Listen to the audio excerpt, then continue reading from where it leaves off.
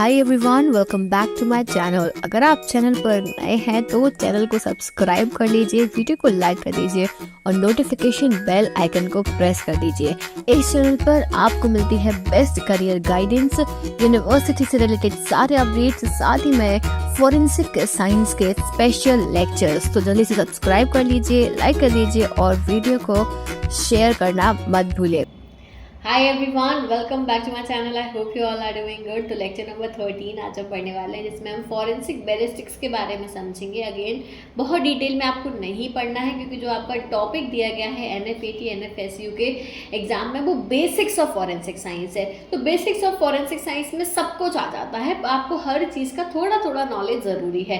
तो हम वहाँ पर यही कवर कर रहे हैं कि आपको हर टॉपिक का, फॉरेंसिक साइंस के अंदर जितनी भी फील्ड्स होती हैं उन सभी फील्ड के बारे में मैं आपको यहाँ पर नॉलेज दे रही हूँ। तो आज हम फॉरेंसिक बैलिस्टिक्स पढ़ेंगे। इसके पहले 12 लेक्चर्स ऑलरेडी आ चुके हैं। अगर आपने अभी तक वो नहीं देखे हैं तो लेक्चर्स को जरूर देखना। NFSU NFAT लेक्चर के नाम से प्लेलिस्ट है, उन सभी को देख लीजिएगा। 2 और लेक्चर्स आएंगे प्रोबेबली, और उसके बाद में हम यहाँ पे जीके के भी क्वेश्चंस लेकर आने वाले हैं। Is that clear? तो चलो, फॉरेंसिक बैलिस्टिक्स हम पढ़ेंगे, जिसमें जो टॉपिक हम पढ़ने वाले हैं वो यहाँ पे मेंशन है। Introduction, history of fire arms, parts of fire arms, classification of fire arms, characteristics of fire arms, category of fire arms, fire arm ammunition, firing mechanism of fire arm और GSR। ठीक है, इन सब के बारे में हम थोड़ा थोड़ा पढ़ेंगे। आगे बढ़ने से पहले मैं एक बात आपको बता दूं कि अगर आप फॉरेंसिक साइंस की फील्ड में आगे बढ़ रहे हैं, फॉरेंसिक साइंस की फील्ड में एंटर हो रहे हैं, तो आपको इसके बारे में A to Z नॉलेज होना बहुत ज़्यादा इंपॉर्टेंट है कि आपको कौन सा बेस्ट कॉलेज चूज़ करना चाहिए, कौन सा कोर्स चूज़ करना चाहिए, MSc BSc क्या करनी चाहिए, क्या स्पेशलाइजेशन लेना चाहिए, किस में कितनी जॉब अपॉर्चुनिटीज़ हैं, कैसे जॉब्स मिलती हैं, किस एग्ज़ाम को क्लियर करना होगा, कैसे हमें इंटरव्यू देना होगा, कैसे एग्जाम्स अटेम्प्ट करने होंगे। इस तरीके के बहुत सारे क्वेश्चंस होते हैं। तो वो सभी क्वेश्चंस के जवाब मैं आपको दूंगी 1-on-1 गाइडेंस के थ्रू, जिसमें आप मुझसे पर्सनली वीडियो कॉल के थ्रू बात कर सकते हो। वहाँ पर मैं आपके जितने भी डाउट्स हैं NFSU से रिगार्डिंग है तो वो बताऊँगी, और दूसरी यूनिवर्सिटीज़ के रिगार्डिंग है वो भी मैं वहाँ पर क्लियर करूँगी। इस फील्ड के बारे में आपको कुछ भी जानना तो आप मुझसे पर्सनली ज़रूर बात करना। मैं आपको यहाँ पर पूरी गाइडेंस प्रोवाइड करूँगी, जिससे कि आप कोई भी गलती ना करें। क्योंकि हम जनरली सोचते हैं कि इस फील्ड में स्कोप नहीं है, ऐसा नहीं है, स्कोप है, लेकिन गाइडेंस की कमी है, बस इतनी सी बात है। तो जो भी बच्चे इंटरेस्टेड है, आपको नीचे डिस्क्रिप्शन में लिंक दी गई है, वहाँ पर आप रजिस्टर कर सकते हो। Is that clear? Okay, so let's move forward and let's study about forensic ballistics. What is ballistic means? Ballistic का मतलब होता है scientific study of motion of projectile. Projectile की जब हम स्टडी करते हैं, जो मैथ्स फिजिक्स फील्ड से हैं, फिजिक्स तो सबका ही सब्जेक्ट रहा है 11th-12th क्लास में, तो प्रोजेक्टाइल का मतलब क्या होता है, इस तरीके से जो रहता है, ये हम इसे प्रोजेक्टाइल बोलते हैं। जैसे bullet, rocket, bomb, as well as the effect of being fired on a gun, cartridge और बुलेट। ठीक है, फिर फॉरेंसिक वर्ड लग जाता है। तो फॉरेंसिक वर्ड लग जाए तो यानी कि हम लीगल, ठीक है, मानी कोर्ट के लिए, जस्टिस के लिए काम करने लगते हैं। तो फॉरेंसिक बैलिस्टिक फायर आर्म की स्टडी होती है, प्रोजेक्टाइल की स्टडी होती है in relation to reconstruction of events leading to a gunshot injury. मान लो किसी कोई गनशॉट इंजरी हुई है, हमें पता लगाना है, तो हम पूरा क्राइम सीन रिकंस्ट्रक्शन करते हैं। ये सब चीज़ें आपको पता है, क्राइम सीन रिकंस्ट्रक्शन के बारे में मैंने पढ़ाया हुआ है। तो रिकंस्ट्रक्शन के दौरान जो है अच्छा नॉलेज होना फॉरेंसिक बैलिस्टिक का बहुत ज़्यादा इंपॉर्टेंट है, जिससे कि ये पता लग सके कि अगर गोली मारी गई है तो इस तरीके से जो है मारी गई है, जिस कारण से इस टाइप की इंजरी कॉज हुई है, इस तरीके के ब्लड स्पैटर पैटर्न कॉज हुए हैं। तो ये पूरी जो स्टडी होती है फायर आर्म की, प्रोजेक्टाइल की, गन शॉट इंजरी की, ये सब फॉरेंसिक बैलिस्टिक्स में आ जाती है। It is the application of ballistic to determine legal evidences. Legal evidences, word legal लगा दो बस जहाँ पे फॉरेंसिक की बात की जाए, स्पेशली फॉर फायर आर्म्स का आइडेंटिफिकेशन। क्लियर?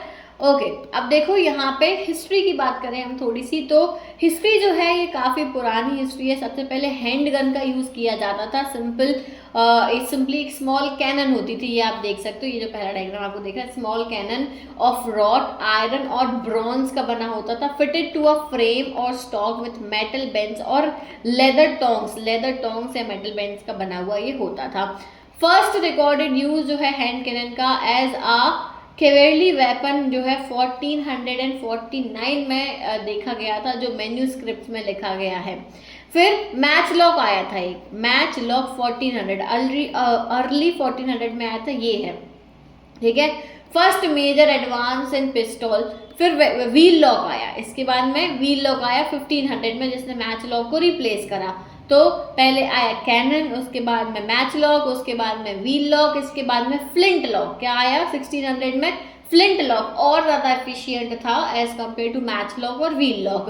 फिर परक्यूशन कैप्स आए 1805 में। 1600 से लेके 1800 तक ज़्यादा कुछ चेंजेस नहीं हुए। फिर 1805 में जो है 1805 में परक्यूशन कैप्स आए, जो कि एलेक्जेंडर जोन ने यहाँ पे डेवलप किए थे।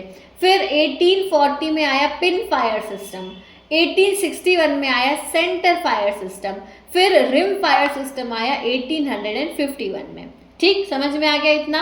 आगे बढ़ते हैं, इसके बाद में ये पार्ट्स की बात कर लेते हैं हम थोड़ा सा। तो पार्ट्स समझो, सबसे पहले तो नीचे ये होती है ग्रिप, जहाँ पे पकड़ी जाती है बंदूक, ठीक है, ग्रिप होती है। बचपन में तो सबने नकली गन तो पकड़ी है, खेली ही होगी बंदूक से, तो ये तो बहुत ही सिंपल सा है। ये नीचे की ग्रिप है। फिर यहाँ मैगजीन लगती है, ये मैगजीन वाला पार्ट है, यहाँ मैगजीन लगती है। ये ट्रिगर होता है, ट्रिगर को दबाएंगे तभी जो है यहाँ पे फायरिंग होगी। ट्रिगर है, ये ट्रिगर गार्ड है जो यहाँ पे इस तरीके से है। इसके बाद में ये हैमर होता है, this one is hammer, this is rear side, ऐसे रख के देखते हैं ना जिसको हम, वो रियर साइड होता है।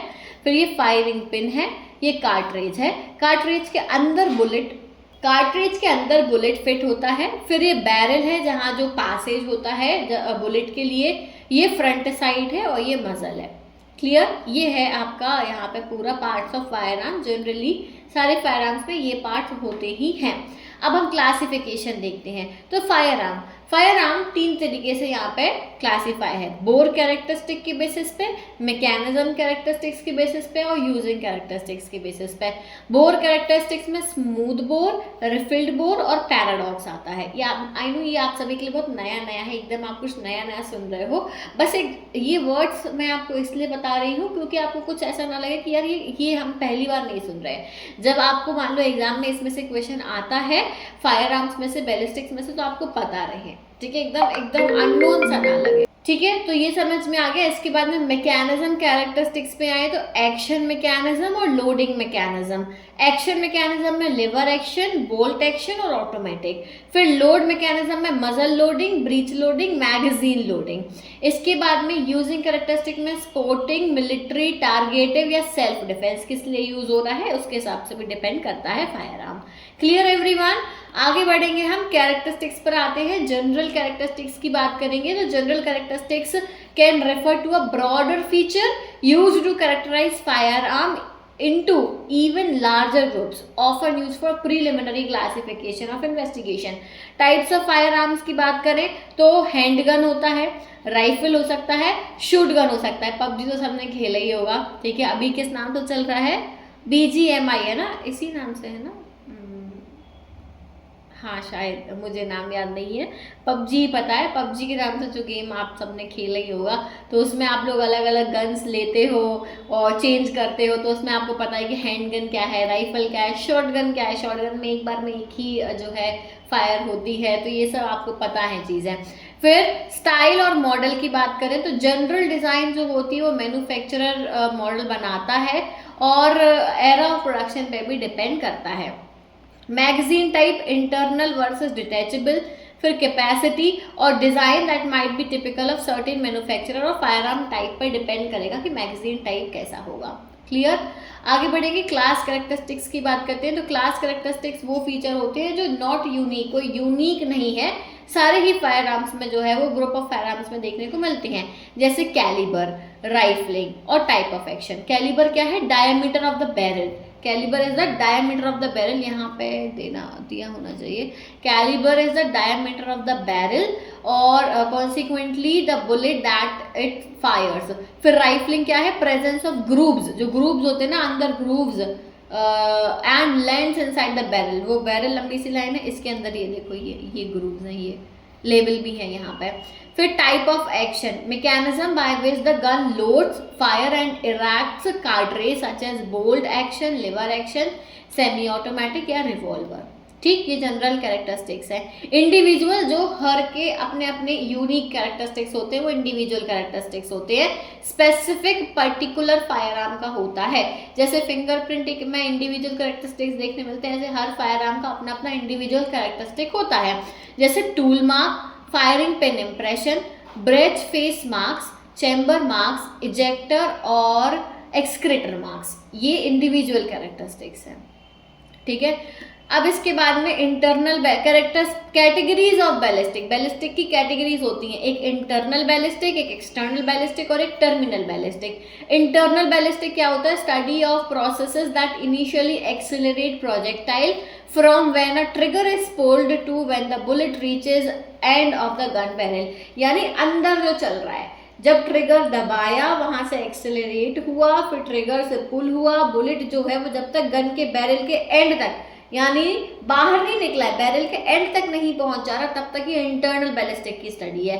एक्सटर्नल का मतलब है जब प्रोजेक्टाइल की बात की जाए, प्रोजेक्टाइल ट्रेजेक्ट्री इन फ्लाइट, हवा में प्रोजेक्टाइल जो जा रहा है, गन यहाँ से बुलेट जो है वो यहाँ जा रही है, उसकी स्टडी की जाए, उसको हम एक्सटर्नल बैलिस्टिक्स बोलते हैं। और टर्मिनल बैलिस्टिक क्या होता है? Study of projectile and its effect at as it ends its flight, मतलब अभी यहाँ से वो यहाँ चली गई है, आ चुकी है, ठीक है, तो अब यहाँ जाके वो टारगेट को हिट करेगी, तो वो जो पूरी स्टडी है, बिहेवियर है, अफेक्ट है, उसकी स्टडी को हम टर्मिनल बैलिस्टिक्स बोलते हैं। समझ में आ गया? क्लियर हो गया? ये देखो, इंटरनल बैलिस्टिक्स यानी कि अंदर का भी बात चल रही है, यानी पूरा गन का जो है यहाँ से लेके यहाँ तक अभी बाहर नहीं निकली है। अब जब ये बाहर निकल जाएगी, एक्सटर्नल बैलिस्टिक यानी जो प्रोजेक्टाइल है अभी तक टारगेट पे नहीं पहुंची है, तो यहाँ से लेके जब तक टारगेट को हिट नहीं कर रही है, ये एक्सटर्नल बैलिस्टिक है। अब टारगेट को हिट कर गई तो वहां पे अफेक्ट क्या होगा, बिहेवियर क्या होगा, उसकी स्टडी को हम टर्मिनल बैलिस्टिक्स बोलते हैं। इतना समझ में आ गया? इतना ही जानना है, बहुत ज़्यादा नहीं जानना है। क्लियर हो गया? अब देखो फायर आर्म एम्यूनिशन के बारे में थोड़ा सा जान लेते हैं। Firearm ammunition commonly refer to as cartridge और rounds consist of several primary components that work together to enable the firing of a projectile from a firearm. यानी कि जो है यहाँ पे कार्ट्रिज और राउंड की बात करी है, और जो एक साथ काम करते हैं, ठीक है। यानी यहाँ पे देखो ये बुलेट्स लगी, एक धन धन धन धन करके जा रही हैं, तो ये पूरे इस टाइप की जो स्टडी होती कार्ट्रिज की, ठीक है। इसमें केस के बारे में काम करेंगे, केस यानी आउटर शेल जो होता है कार्ट्रिज का। फिर primer located at the base of the case. Primer is small crucial component that ignite the propellant, यानी जो प्रोपेलेंट उसमें भरा हुआ उसको इग्नाइट करता है प्राइमर। समझ गए? तो जैसे ही फायरिंग पिन स्ट्राइक करते हैं तो एक chemical compound, the chemical compound जो है प्राइमर में वो डिटोनेट होता है, जिससे कि स्मॉल स्पार्क बनता है, और वो खट्टे से जो है बाहर एकदम स्पार्क बन के बाहर हो जाता है। समझ गए? फिर इसके बाद में प्रोपेलेंट क्या होता है? Commonly refer to as gun powder. Gun powder को बोलते हैं केमिकल मिक्सचर होता है, प्राइमर के साथ में मिक्स होकर इग्नाइट करता है, बर्न करेगा और जो है वॉल्यूम ऑफ गैसेस को प्रोड्यूस करेगा, तभी तो जो है बुलेट फॉरवर्ड जाती है, ठीक है। फिर प्रोजेक्टाइल यानी बुलेट की बात की जाए, प्रोजेक्टाइल मतलब कि जब एक्सपेल्ड होता है फ्रॉम बैरल से निकल के टारगेट पे हिट करता है, वो प्रोजेक्टाइल है। फिर रिम क्या होता है? edge on the base of the cartridge case that allow it to be extracted from the chamber. It can be head of the case. Clear? Head of the case. बस इतना ही याद रखना है। फायरिंग मैकेनिज्म्स भी बता दे रही हूँ मैं, क्या फायरिंग मैकेनिज्म होते हैं। लोडिंग होता है पहले, फिर चोकिंग, ट्रिगर स्क्वीज, फिर स्ट्राइकिंग द प्राइमर, फिर इग्निशन, फिर gun powder ignition, expansion of gas, bullet propulsion, exit from barrel and ejection. ये पूरा जो है इसके मैकेनिज्म चल रहे हैं, ठीक। अब गन शॉट रेसिड्यू, जीएसआर की हम बात करेंगे। गन शॉट रेसिड्यू जिसे हम जीएसआर बोलते हैं, ये बहुत इंपॉर्टेंट हमें बोलना चाहिए एविडेंस होता है जो हमें क्राइम सीन से मिलता है। गन शॉट रेसिड्यू को ब्रॉडली जो है हम total residue resulting from discharge of fire arm discharge जब होता है और जब ये निकलता है, ठीक है, जो पाउडर बाहर बचा हुआ मिलता है, फायर आर्म हो गया यानी गोली चल गई, अब उसके गोली चलने के बाद में जो वहाँ पे गन शॉट रेसिड्यू बचा, जो पाउडर गिरा, उसको हम यहाँ पे जीएसआर बोलते हैं।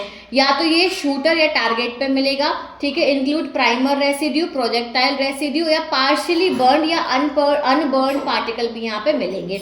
जीएसआर जो है बहुत इंपॉर्टेंट इन्फॉर्मेशन प्रोवाइड करता है, distance between the weapon and the target, क्योंकि यहाँ मिला है और हमें वहां पे भी मिल सकता है, टारगेट पे भी मिल सकता है, और हमें डायरेक्शन भी बताएगा किस डायरेक्शन में जो है वो शूट किया गया है। Is that clear? बस इतना ही आपको पता करना है कि जीएसआर क्या होता है।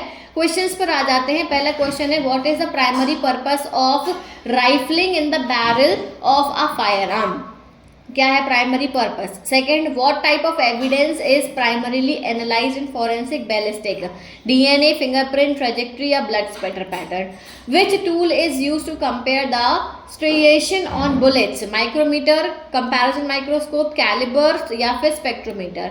Fourth, what characteristic of a bullet can be unique to a specific fire arm? Weight, colour, rifling impression या केमिकल कॉम्पोजिशन? और लास्ट क्वेश्चन है, what method is commonly used in ballistic to estimate the distance from which a gun was fired based on the residue pattern? ये भी बहुत simple है, ऐसे simple questions आएंगे। तो इन 5 क्वेश्चंस के आंसर आप मुझे कमेंट सेक्शन में जरूर देना। 2 लेक्चर्स और बचे हैं, साथ ही में मैं जनरल नॉलेज और रीजनिंग के भी आपको 50-50 क्वेश्चन सॉल्व कराऊंगी। तो चैनल को सब्सक्राइब करना मत भूलना, और जो भी डाउट हो आप मुझसे कमेंट सेक्शन में पूछ सकते हो। Thank you so much for watching this video. I will see you soon in the next video. Till then take care, bye bye.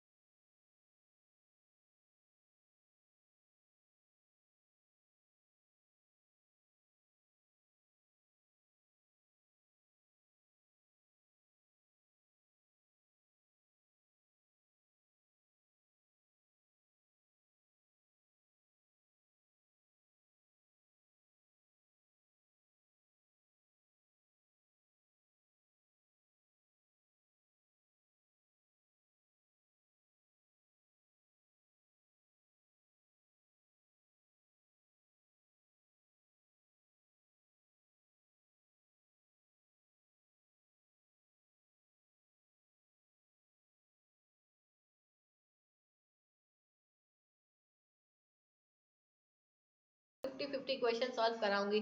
तो चैनल को सब्सक्राइब करना मत भूलना, और जो भी डाउट हो आप मुझसे कमेंट सेक्शन में पूछ सकते हो। Thank you so much for watching this video. I will see you soon in the next video. Till then take care, bye bye.